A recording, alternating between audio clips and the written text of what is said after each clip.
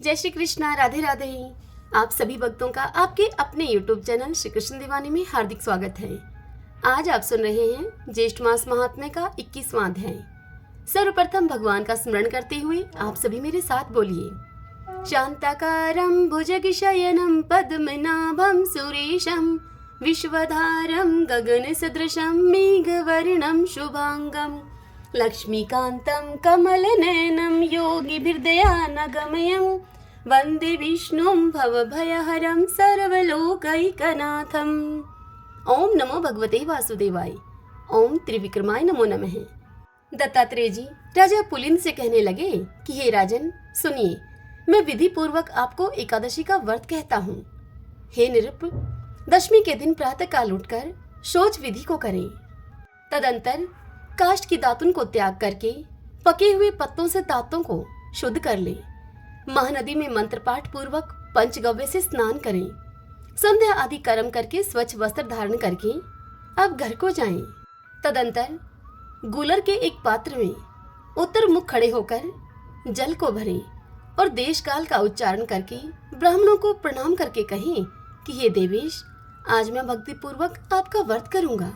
और फिर हे राजन, दशमी के दिन दूसरे के घर का अन्न 2 बार भोजन करना, मांस, शोर तथा शरीर में तेल लगाना त्याग दें।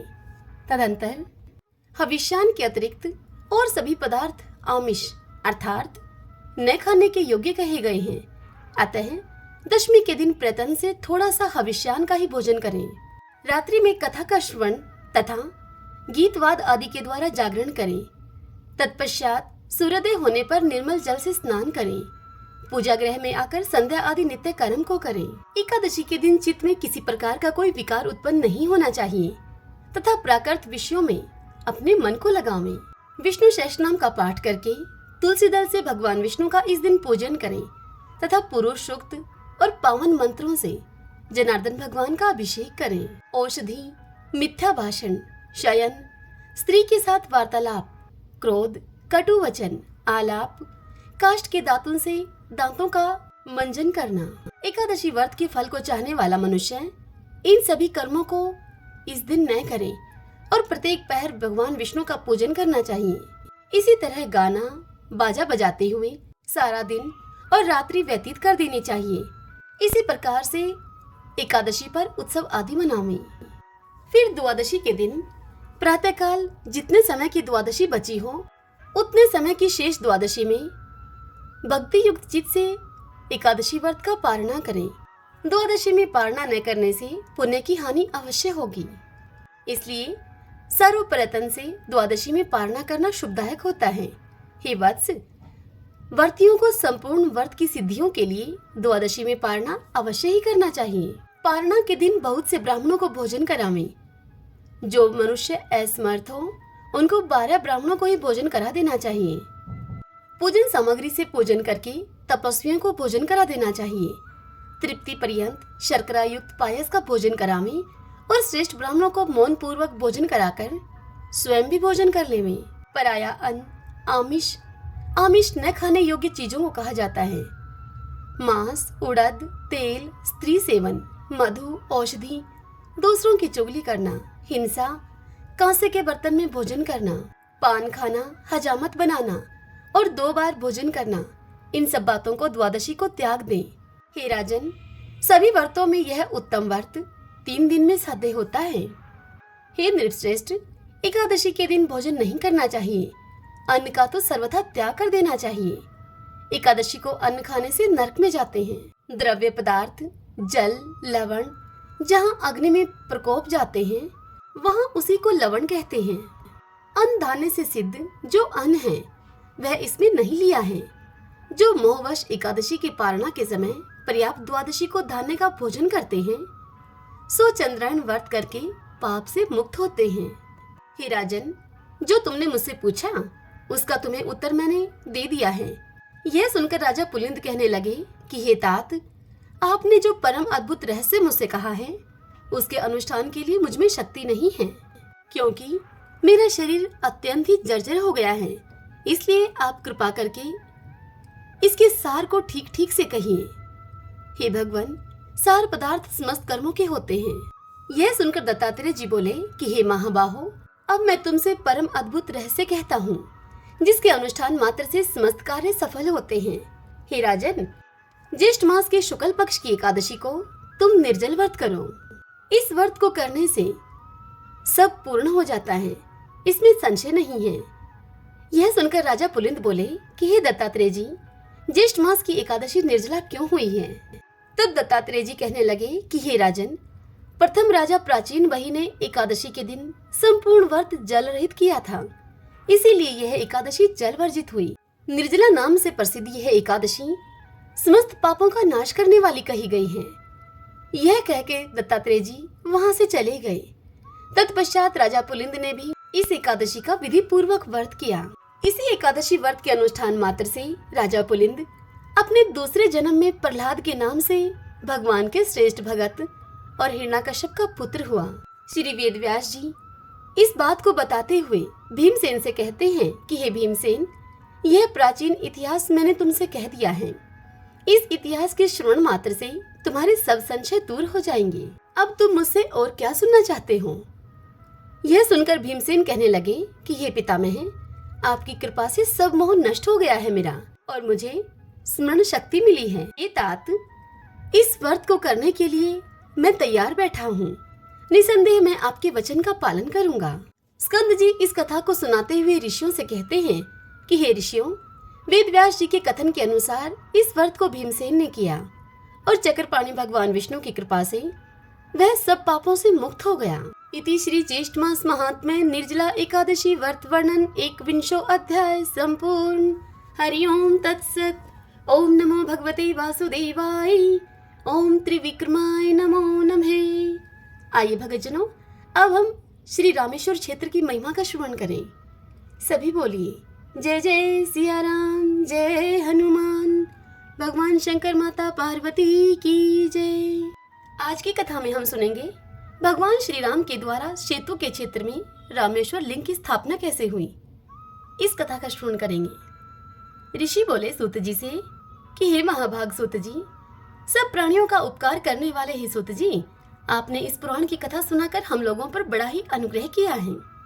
दशरथ नंदन श्री रामचंद्र जी ने जिस प्रकार शिवलिंग की स्थापना की है, उसको हम लोग आपसे सुनना चाहते हैं। यह सुनकर सूत जी ने कहा कि वानरों की सेना के साथ महेंद्र गिरी पर आकर लक्ष्मण के सहित महाबली श्री रामचंद्र जी ने समुद्र का दर्शन किया। तत्पश्चात अपार समुद्र के ऊपर सेतु बांधकर उसी के मार्ग से श्री रघुनाथ जी रावण पालित लंकापुरी गए। वहां पहुंचने पर सूर्यास्त हो गया। पूर्णिमा के प्रदोष काल में सेना सहित श्री रामचंद्र जी सुवेल पर्वत पर आरूढ़ हो गए। तदंतर रात्रि में महल की छत पर खड़े हुए लंकापति रावण को देखकर महाबली सूर्यपुत्र सुग्रीव ने उसके मुकुट को धरती पर गिरा दिया।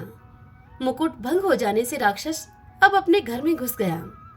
लंकेश्वर के घर में घुस जाने पर सुग्रीव, लक्ष्मण और सेना सहित श्री रामचंद्र जी ने पर्वत के किनारे से उतरकर लंका के समीप अपनी सेना को ठहराया।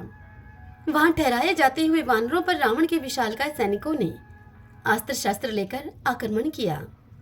वे सभी दुष्ट आत्मा राक्षस अदृश्य होकर आए थे। विभीषण ने उन सबका अंतर्ध्यान विद्या से ही वध किया। बहुत से बलवान वानरों के द्वारा कितने ही राक्षस मारे गए।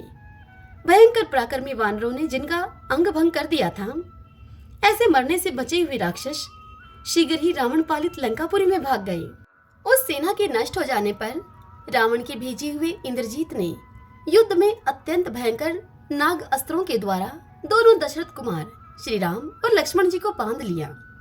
तत्पश्चात विंतानंद महात्मा गरुड़ ने वहां पर आकर उन दोनों भाइयों को नागपाश से मुक्त किया। तब विभीषण ने 8 घंटा वाली विशाल शक्ति हाथ में लेकर उसे अभिमंत्रित करके प्रहस्त के मस्तक पर चलाया। उस वज्र की भांति गिरती हुई शक्ति ने राक्षस का मस्तक काट लिया, जिससे कि वह आंधी से गिराए हुए वृक्ष की भांति दिखाई देने लगी। राक्षस प्रहस्त को युद्ध में मारा गया देखकर धूम्राक्ष ने बड़े वेग से वानरों पर आक्रमण किया। अब सभी वानर भाग चले। वानर सेना को भागते हुए देखकर पवन कुमार हनुमान जी ने धूम्राक्ष को शीघ्र ही मार डाला।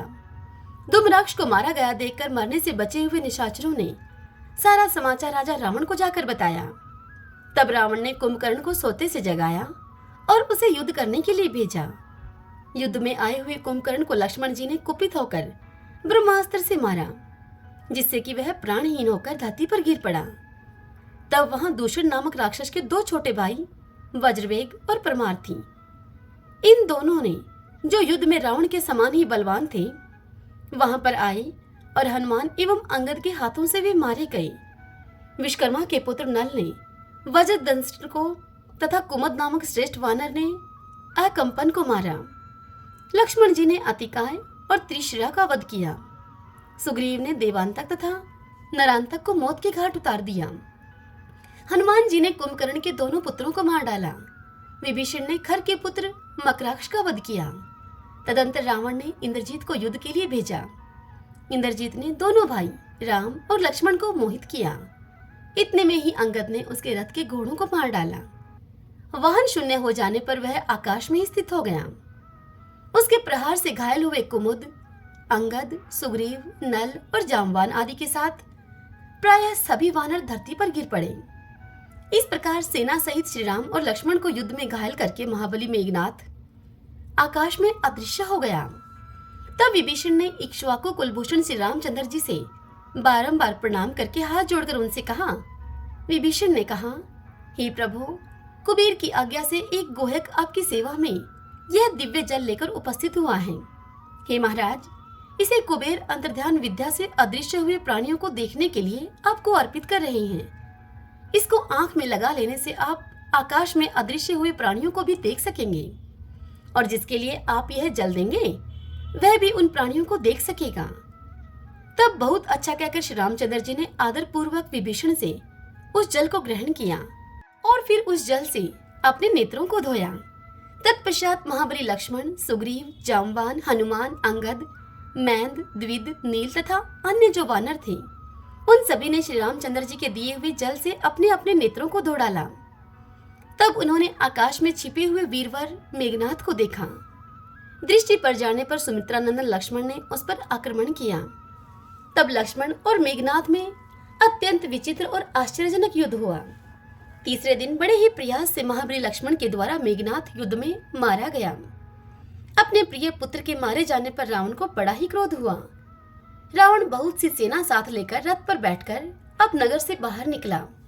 तब इंद्र सारथी मातली हरे घोड़े जुते हुए सूर्य के समान तेजस्वी रथ के साथ श्री रामचंद्र जी की सेवा में उपस्थित हुए। धर्मात्माओं में श्रेष्ठ श्री राम ने इंद्र के भेजे हुए उस रथ पर सवार होकर युद्ध में ब्रह्मास्त्र का प्रयोग करके राक्षस राज रावण के सभी मस्तक काट डाले। रावण के मारे जाने पर देवताओं और ऋषियों ने दशरथ नंदन श्री राम को आशीर्वाद देकर उनकी जय जयकार की और अत्यंत ही संतुष्ट होकर भगवान का सत्वन किया। सिद्धों और विद्याधरों ने कमल नयन श्री रामचंद्र जी पर फूलों की वर्षा की। तब श्री रामचंद्र जी उन देवताओं, वानर सैनिकों तथा सीता और लक्ष्मण जी के साथ लंका में विभीषण को राजा के पद पर अभिषिक्त करके पुष्पक विमान पर आरूढ़ होकर गंधमादन पर्वत पर आए। गंधमादन पर्वत पर विधेय नंदिनी सीता जी की अग्नि परीक्षा के द्वारा उनकी शुद्धि की गई। तदंतर दंडकारण्य में निवास करने वाले मुनि अगस्त्य जी को आगे करके कमल नयन जानकी वल्लभ श्री रामचंद्र जी का दर्शन करने के लिए आए और उनकी स्तुति करने लगे। मुनि बोले, स्तुति करते हुए, संपूर्ण लोकों पर अनुग्रह करने वाले आप भगवान श्री रामचंद्र जी को नमस्कार है। आपने इस संसार को रावण से शून्य करने के लिए अवतार लिया है, आपको नमस्कार है। ताड़ाक का संहार और विश्वामित्र के यज्ञ की रक्षा करने वाले आपको नमस्कार है। मारीच को जीतने वाले, सुबाहु का प्राण हरण करने वाले हे श्री राम, आपको नमस्कार है। आपके चरणारविंदों की धूलि अहल्या को मुक्ति देने वाली है। आपने भगवान शंकर के धनुष को लीलापूर्वक भंग किया है, आपको नमस्कार है। हे मिथिलेश कुमारी सीता के पाणी ग्रहण संबंधी उत्सव से सुशोभित होने वाले, आपको नमस्कार है। रेणुका नंदन परशुराम जी को पराजित करने वाले, आपको नमस्कार है। कैकेयी के 2 वरदानों से विवश हुए पिता के वचन को सत्य करने वाले, उनके वचनों को सत्य करने के लिए सीता और लक्ष्मण के साथ वन की यात्रा करने वाले, आपको नमस्कार है। भरत की प्रार्थना पर उन्हें अपने चरणों की युगल पादुका समर्पित करने वाले, आपको नमस्कार है। शरभंग मुनि को अपने परम धाम की प्राप्ति कराने वाले, आपको नमस्कार है। विराट राक्षस का संहार करने वाले तथा गृधराज जटायु को अपना सखा बनाने वाले आपको नमस्कार है। माया से मृग का रूप धारण करके आए हुए महाक्रूर मरीच के शरीर को अपने बाणों से विदीर्ण करने वाले आपको नमस्कार है। रावण से हरी गई सीता को छुड़ाने के लिए जिन्होंने युद्ध में अपने शरीर का त्याग कर दिया, उन जटायु को अपने हाथ से दाह संस्कार करके कौवल्य के मोक्ष पद को प्रदान करने वाले आपको नमस्कार है। कबंध का संहार करने वाले आपको नमस्कार है। शबरी ने आपके चरणारविंदों का पूजन किया है। आपने सुग्रीव के साथ मैत्री जोड़ी है तथा बाली नाम के वानर का आपने वध किया है। आपको नमस्कार है। वरुणालय समुद्र में सेतु निर्माण करने वाले आपको नमस्कार है। समस्त राक्षसों का संहार तथा रावण का प्राण हरण करने वाले आपको नमस्कार है। आपके चरणारविंद संसार सागर से पार उतारने के लिए जहाज हैं। आपको नमस्कार है। भक्तों की पीड़ा को दूर करने वाले ही सच्चिदानंद स्वरूप आप श्री रघुनाथ जी को नमस्कार है। जगत के अभ्युदय के कारणभूत आप श्री रामभद्र को नमस्कार है। राम आदि पवित्र नामों का जप करने वाले मनुष्यों के पाप हर लेने वाले आपको नमस्कार है। आप सब लोगों की सृष्टि पालन और संहार करने वाले हैं। आपको नमस्कार है। हे करुणामूर्ति, आपको नमस्कार है।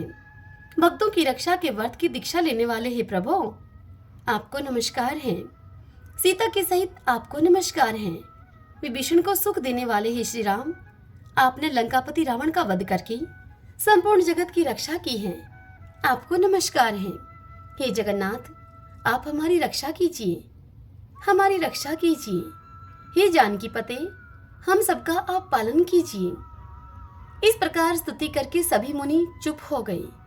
सूत जी कहते हैं कि मुनियों के द्वारा किए हुए श्री रामचंद्र जी के इस स्तोत्र का जो भक्ति पूर्वक तीनों समय पाठ करता है, वह भोग और मोक्ष को प्राप्त करता है।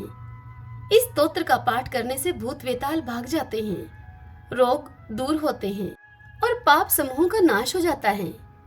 तदंतर श्री रामचंद्र जी ने हाथ जोड़कर प्रणाम करके मुनियों से कहा कि हे मुनिवरों, जो सदा आत्म लाभ से ही संतुष्ट, संपूर्ण भूतों के सुहृदय, अहंकार शून्य, शांत और उदर्ववेता अर्थात नैष्टिक ब्रह्मचारी हैं, उन साधु महात्माओं को मैं भक्ति युक्त चित्त से प्रणाम करता हूँ। मैं ब्राह्मणों का हितकारी ब्राह्मण देव हूँ, इसीलिए सदा ही ब्राह्मणों का सेवन करता हूँ। इस समय आप लोगों से मैं कुछ पूछता हूँ, आप उसे विचार करके उत्तर दें। हे ब्राह्मणों, रावण के वध से मुझे जो पाप लगा है उसका प्रायश्चित क्या है, आप मुझे यह बताइए। यह सुनकर मुनि बोले कि सत्य की रक्षा का व्रत करने वाले हे जगन्नाथ, आप समस्त संसार की रक्षा का भार वहन करने वाले हैं। संपूर्ण जगत के उपकार के लिए यहाँ शिव जी की आराधना कीजिए। गंधमादन पर्वत का यह शिखर अतिशय पुण्यमय तथा मोक्ष को देने वाला है। आप यहाँ लोक संग्रह के लिए शिवलिंग की प्रतिष्ठा कीजिए। इससे रावण के मारने से होने वाला दोष भी दूर हो जाएगा। हे प्रभु, गंधमादन पर्वत पर आपके द्वारा जिस शिवलिंग की स्थापना होगी, उसका दर्शन मनुष्यों को काशी विश्वनाथ के दर्शन से कोटि गुना अधिक फल देने वाला होगा। साथ ही वह शिवलिंग संसार में आपके ही नाम से ख्याति लाभ करेगा। इसलिए हे रघुनाथ जी, आप शिवलिंग की स्थापना के कार्य में विलंब न करें। मुनियों के ऐसे ये वचन सुनकर जगतपति श्री रामचंद्र जी ने लिंग स्थापना के लिए पुण्यकाल निश्चित किया, जो 2 ही मुहूर्त में आने वाला था। उसे निश्चित करके उन्होंने हनुमान जी को शिवलिंग लेकर आने के लिए कैलाश पर्वत पर भेजा। हनुमान जी बड़े ही पराक्रमी थे। उन्होंने 2 मुहूर्त का पुण्यकाल जानकर भी भुजाओं पर ताल ठोकी। वे हनुमान जी सब देवताओं तथा महात्मा ऋषियों के देखते ही देखते बड़े वेग से ऊपर की ओर उड़े और आकाश मार्ग को लांघते हुए कैलाश पर्वत पर जा पहुंचे। वहां पर हनुमान जी को लिंग रूपधारी महादेव जी का दर्शन नहीं प्राप्त हुआ। तब उन्होंने महादेव जी को प्रसन्न किया और उनकी कृपा से शिवलिंग को प्राप्त किया। इतने में ही वहां तत्वदर्शी मुनियों ने जब यह देखा कि हनुमान जी अभी तक नहीं आए हैं और स्थापना का मुहूर्त अब बीतता ही जा रहा है, तब उन्होंने परम बुद्धिमान श्री रामचंद्र जी से कहा। मुनि श्री रामचंद्र जी से बोले कि हे महाबाहु श्री रामचंद्र जी, अब तो पुण्यकाल बीत रहा है, अतः जानकी ने जो लीला पूर्वक बालू का शिवलिंग बनाया है, इस समय आप उसी शिवलिंग को स्थापित कर दीजिए। यह सुनकर श्री रघुनाथ जी ने शीघ्रता पूर्वक श्री जानकी जी तथा मुनियों के सहित मंगलाचार आरंभ किया और ज्येष्ठ माह के शुक्ल पक्ष की 10वीं तिथि को बुधवार और हस्त नक्षत्र के योग में गदकरण, आनंद और व्यतिपात योग कन्या राशि के चंद्रमा तथा वृष राशि के सूर्य में परम पुण्य में उपयुक्त 10 योगों की उपस्थिति में गंधमादन पर्वत पर सेतु की सीमा में लिंग रूपधारी भगवान शिव की स्थापना की। हर हर महादेव। उस समय लिंग में पार्वती के सहित भगवान शंकर प्रत्यक्ष प्रकट हो गए। उस समय उनके ललाट पर चंद्रमा की कला और साक्षात गंगा शोभा पा रही थी। भगवान श्याम शिव ने सब लोगों को शरण देने वाले महात्मा रघुनाथ जी को इस प्रकार से वरदान दिया। भगवान शंकर श्री रामचंद्र जी से बोले, हे राघवेंद्र, आपके द्वारा यहाँ स्थापित किए गए शिवलिंग का जो दर्शन करेंगे वे महापातकों से युक्त होंगे, तो भी उनके पापों का नाश हो जाएगा। जैसे धनुष कोटि में गोता लगाने से सारे पाप नष्ट हो जाते हैं, ठीक उसी प्रकार इस रामेश्वर लिंग के दर्शन मात्र से महापातक भी नष्ट हो जाएंगे। तत्पश्चात श्री रामचंद्र जी ने भगवान रामेश्वर के सामने नंदिकेश्वर को स्थापित किया और अपने धनुष की कोटि से रामेश्वर शिव के अभिषेक के लिए धरती फोड़कर एक कूप तैयार किया। कूप कुएं को कहा जाता है। फिर उसमें जल लेकर भगवान शंकर को स्नान कराया। वही पुण्यमय तीर्थ कोटि तीर्थ के नाम से विख्यात हुआ। हे मुनिवरों, कोटि तीर्थ की महिमा का वर्णन पहले तुम्हें किया जा चुका है। हरिओम तत्सत। आइए भगत जनों, अब हम प्रभु के नाम का संकीर्तन करते हुए कथा के समापन की ओर चलें। राम सिया राम जय जय राम, राम सिया राम जय जय राम। मंगल भवन अमंगल हारी, दबहु सुदशरथ अजर बिहारी। राम सिया राम जय जय राम, राम सिया राम जय जय राम। होई है वही जो राम रच राखा, को करे तरफ बढ़ाए शाखा। राम सिया राम जय जय राम, राम सिया राम जय जय राम। धीरज धर्म मित्र अरु नारी, आपद काल परखियो चारी। राम सिया राम जय जय राम, राम सिया राम जय जय राम। जही के जही पर सत्य स्नेहु, सोते ही मिलयन कछु संदेहु। राम सिया राम जय जय राम, राम सिया राम जय जय राम। जाकी रही भावना जैसी, प्रभु मूर्ति देखी तिन्ह तैसी। राम सिया राम जय जय राम, राम सिया राम जय जय राम। हरि अनंत हरि कथा अनंता, कहि सुनहि बहुविधि सब संता।